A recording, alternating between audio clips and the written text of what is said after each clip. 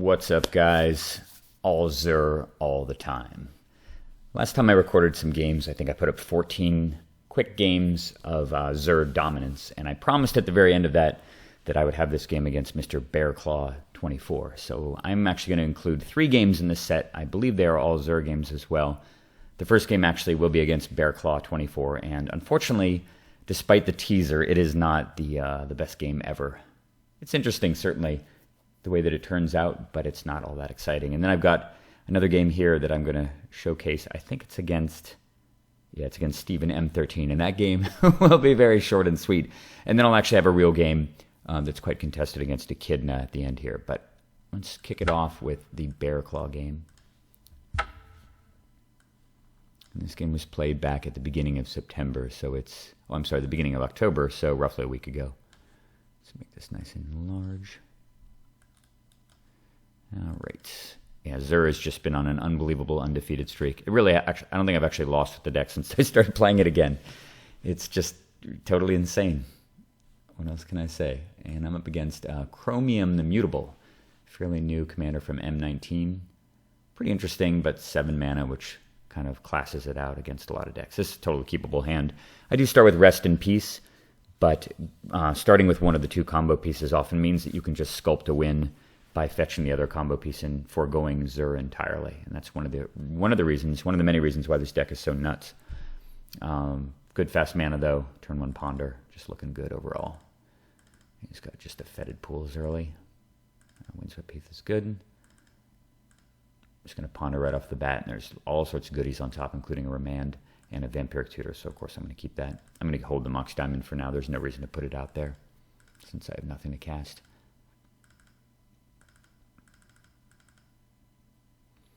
Suppose I could have played Mox Diamond, kept it a Vampiric Tutor, and cast Vampiric Tutor at the end of the turn, but I didn't really see any reason to do that, particularly not against an opponent representing multiple blue mana sources, so I'm going to take my time here. Just wait for him to give me an opening and probably just combo kill him using that Vampiric Tutor. Just playing a Polluted Delta here. He's still doing nothing. So now it's Vampiric Tutor and see what he does. Sure enough, he's got counter magic in the form of Arcane Denial. That's a little sketchy in my opinion. I think that when you have a card like Arcane Denial, which is a very situational counterspell, it's not a utility counterspell. It's not a counterspell you're meant to just run out against some random indeterminate thing. One of the best uses of Arcane Denial actually is similar to Remand, where you play a card that you want to resolve and but that isn't critical. They counterspell your card and you Arcane Denial your own card in response, which is basically the equivalent of Ancestral Recalling. You get to draw all 3 cards off of it, and then the 2 cards trade, so it's basically a +2 hand size effect, which is exactly like Ancestral. Very, very powerful use of the card, and not too dissimilar from remanding your own card, although the difference is, of course, you get to cast it again. But I'm very happy to have him Arcane Denial the Vampiric Tutor, since my hand is already pretty set up, and now I get to draw 2, and may just draw something good anyway. Let's draw 2. Right on schedule is Jace the Mind Sculptor. And I've got both Mox Diamond and Ancient Tomb to play it off of. So barring him having something particularly awesome, yeah, and drawing the Dimir Signet means that I can actually develop an extra 4 mana and play the Jace. I'm going to draw 3. Strip mine and some lands, or wasteland some lands. I'll just put 2 lands back. I'm hiding the wasteland on top, actually, just in case he's got like a windfall or something. I'd rather not have it in my hand, since I have no idea what the Chromium deck would use. So I'm definitely going to draw 3 here again. Oh my goodness, look at that, side by side. It just seems so wrong. All right, well, that's an easy wasteland here. And he plays an Aven Mind Sensor. It's a bit late. So I'm just going to remand that, actually throw it back into his hand just to delay him a little bit.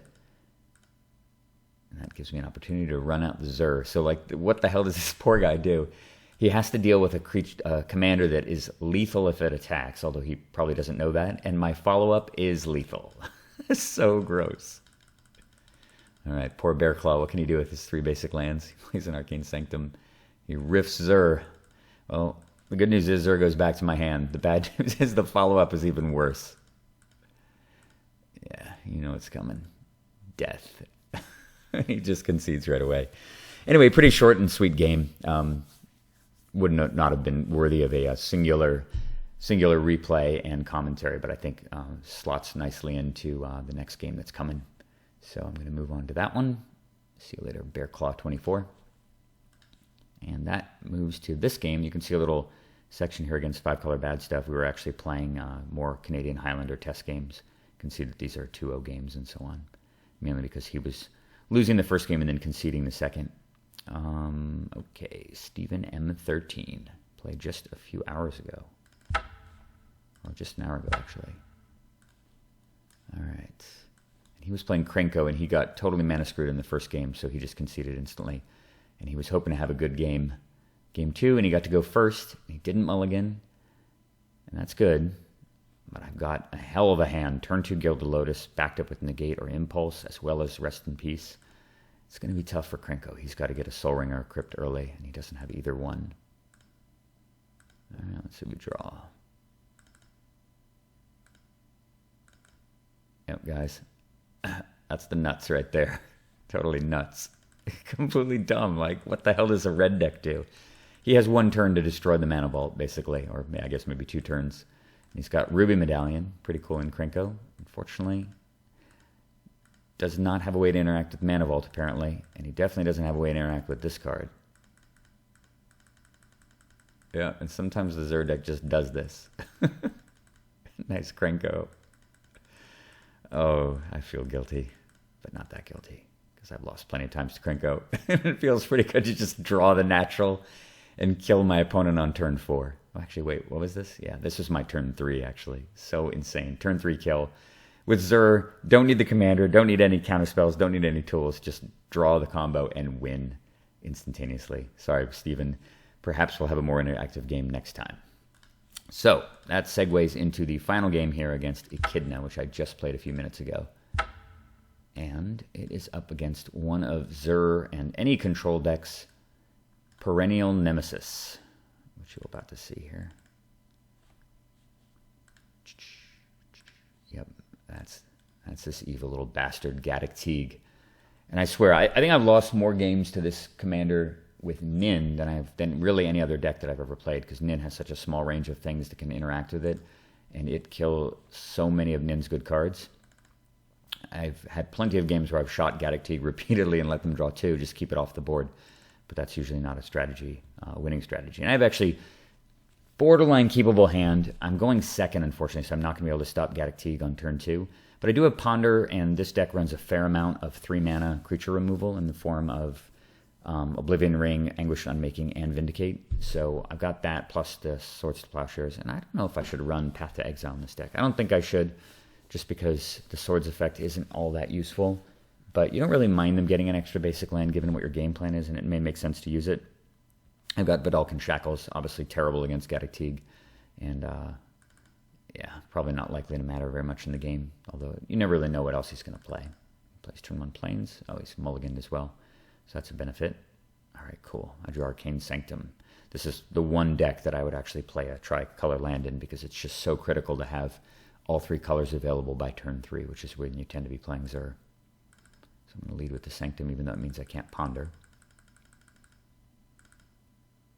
All right, City of Brass. So now I'm expecting Gaddock Teeg, of course.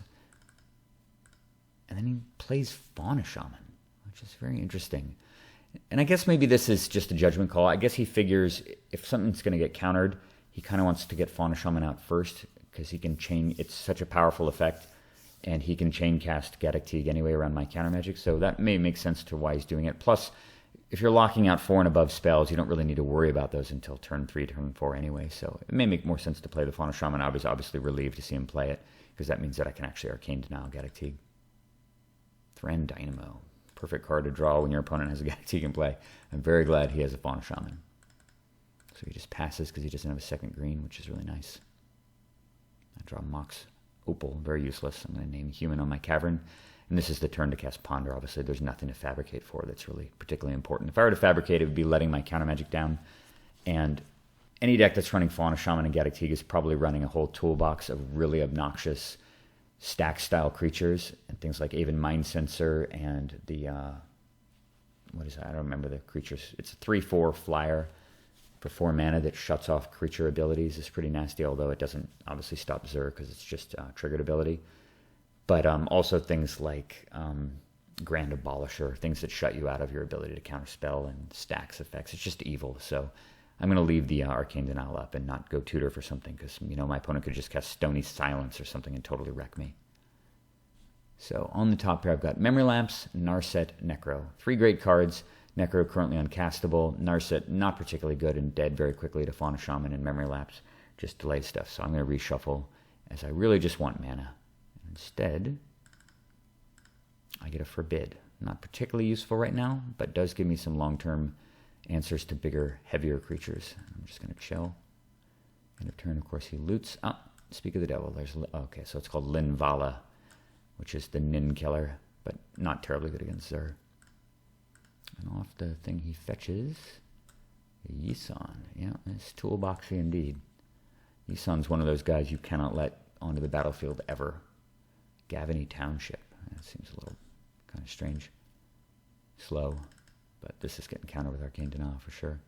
Remember what I said just before about how you don't use Arcane Denial as a utility spell?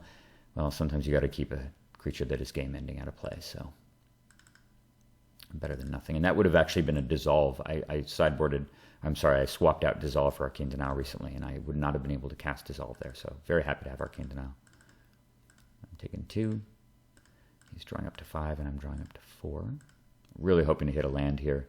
And man, if I hit a land right here, I'm going to be able to go Dynamo, Coalition Relic. And then if he even plays Gaddock Teeg, I don't even care. Tithe. Okay, well, that's 2 mana in 1 card. Really, really happy to see that. I'm just going to go get Tundra and Hallowed Fountain. 2 island effects to fuel the Vidalcan Shackles. And I'm going to play Mox and then just pass, sitting on Forbid in case something really ruinous is coming up next turn. And there's Gaddock Teeg. And this is a great time to Forbid with buyback. And pretty easy discard, actually. My choices are Seal and Fabricate, I believe. Or possibly Shackles and Seal. Yeah, it looks like it's Seal and Shackles.